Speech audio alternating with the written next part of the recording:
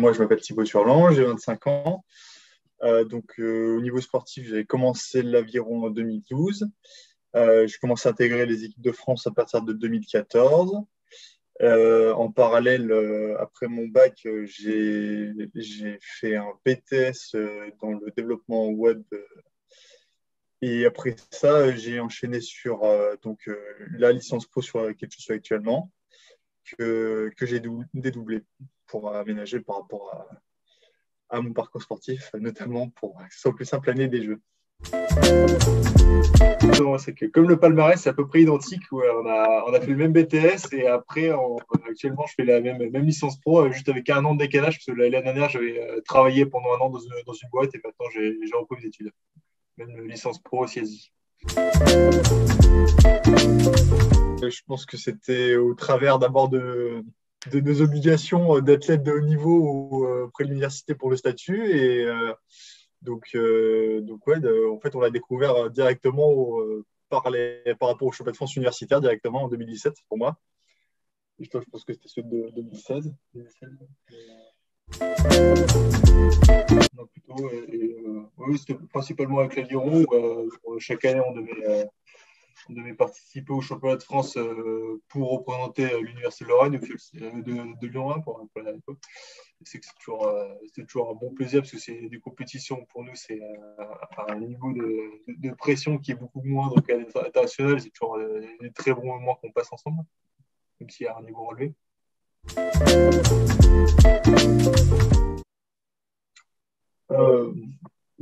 Sur le plan sportif, je pense pas énormément, mais après sur le plan humain, je pense que c'était quand même une belle réalisation, parce que c'était quand même un projet qui était très loin d'être gagné au départ, où on a dû créer une émulation dans le groupe, une grosse dynamique, réussir à motiver tout le monde jusqu'à la fin sur ce projet-là, parce qu'il y avait soit les contraintes sportives, soit les contraintes universitaires qui faisaient que c'était pas évident pour s'entraîner et pour garder un entraînement constant ensemble. Et à la fin, c'est que humainement, c'était une belle aventure. C'est particulier, parce que c'est pendant longtemps, nous, on a commencé potentiellement à aller au jeu en décembre 2020. Et bon, on n'y pensait pas du tout, parce qu'avec le Covid et toutes les intensité qu'il y avait, on se projetait absolument pas là-dessus. Après, quand on est arrivé là-dessus, on s'est bien rendu compte que c'était un monde à part avec tous les athlètes tu rencontres des superstars en continu, c'est incroyable. Toutes les infrastructures qui sont faites juste pour toi, c'est d'autant plus impressionnant. Donc, oui, c'est vraiment une expérience hors du commun.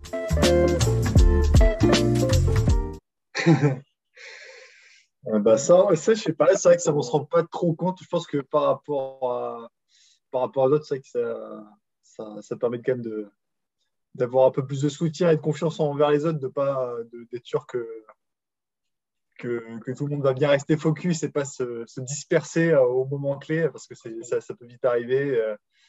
C'est vrai que c'est surtout du bon soutien. Ouais.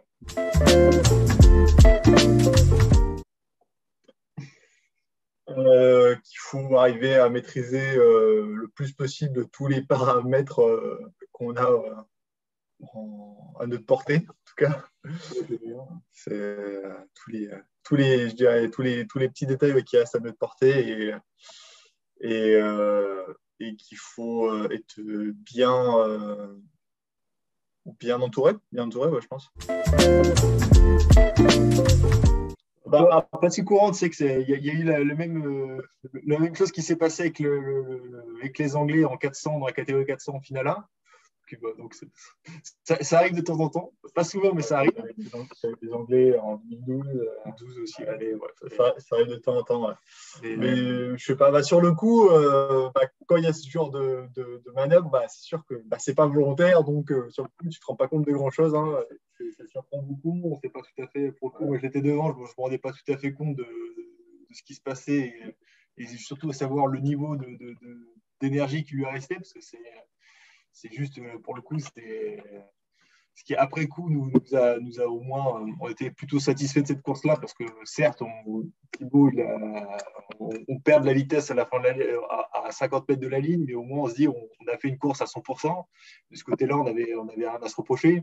Mais sur le coup, pendant la course, moi j'étais très frustré parce que je ne comprenais pas et je redoutais qu'on se fasse rattraper par les personnes qui étaient derrière nous. Heureusement, on passe la ligne, on ne perd pas de position, on perd juste un bon chrono, mais sinon, ça reste, avec le recul, ça reste une bonne expérience. Pour la personne qui passe dans la tête, c'est Cap Teddy Riner, où pour avoir eu une petite discussion avec lui spontanément, c'était quelque chose de très agréable. En plus, avec les résultats qu'ils font en catégorie mixte, c'est vrai que ça reste une performance incroyable pour lui. Donc, ouais, je pense que je dirais Teddy Riner pour moi.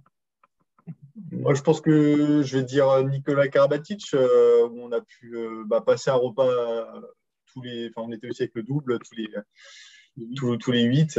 Donc, c'était aussi une partie de l'équipe de France handball et ça, c'était assez sympa de pouvoir échanger avec eux sur différents aspects d'une compétition, de la leur et un peu de perso. C'était cool. C'est facile, là. C'est la finale de Mathieu et Hugo en double TC. Là, on était sur place, on était dans les 200 derniers mètres et là, ouais, ça filait les frissons. On leur a aidé ça juste avant notre demi-finale. Là, ça te met à bloc. Hein. Là, quand tu les vois arriver après 3 ans de galère, de succès, d'arriver enfin à décrocher ça, c'était vraiment un chouette moment. Dans l'avion, je dirais Jérémy Azou, parce que c'est quelqu'un qui était déjà extraordinairement bon et qui était quasiment le meilleur de sa catégorie au monde. Et qu'on a réussi à côtoyer. Et qu'on a habité avec lui pendant 2 ans. C'était vraiment une expérience incroyable qu'on a pu avoir avec lui. Nous, on l'a connu très jeune et c'est que ça nous a vraiment beaucoup guidé pour nos jeunes générations. Hein.